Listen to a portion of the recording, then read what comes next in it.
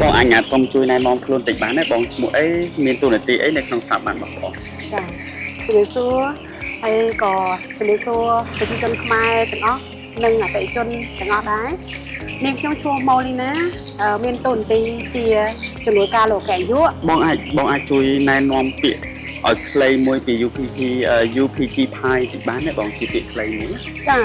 សម្រាប់ពាក្យខ្លីគឺមានន័យថា UPG Pi អាចទេក្នុងការផលិតនិងផ្គត់ផ្គង់បំពង់ទីភ្ជាប់ UPVC និងគ្រឿងបំណដែលមានគុណភាពល្អដាច់គេ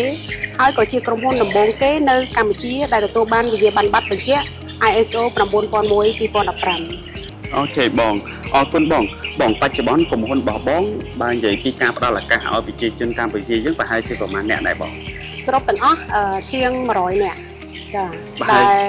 ជាង100នាក់ដែលកំពុងតែបម្រើការនៅស្ថាប័នចាអូខេបងអាចសុំបងជួយបញ្ជាក់ពីលក្ខណៈពិសេសខ្លះដែលអតិថិជនមិនគួរមើលរំលងពីស្ថាប័នរបស់បងណាចា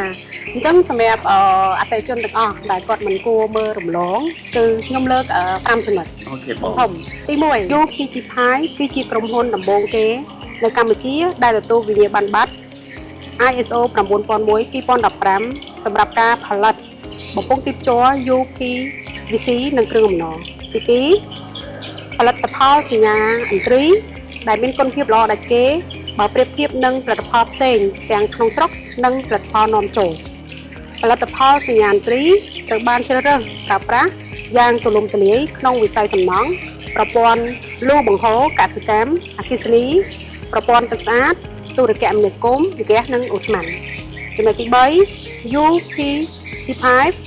ប្រើប្រាស់បច្ចេកវិទ្យាផលិតទំនើបនិងមាន Laboratory ដើម្បីធានាគុណភាពនិងស្តង់ដារនៃផលិតផលចំណុចទី4បំពង់ទីភ្ជាប់ UPG Pipe សញ្ញាអន្ត្រីមានគុណភាពរឹងជាងធន់ជាងស្វិតជាងគ្មានសារធាតុគីមីនិងសុវត្ថិភាពសម្រាប់ប្រើប្រាស់ក្នុងការដ្ឋានសំណង់ចំណុចទី5 UPG Pipe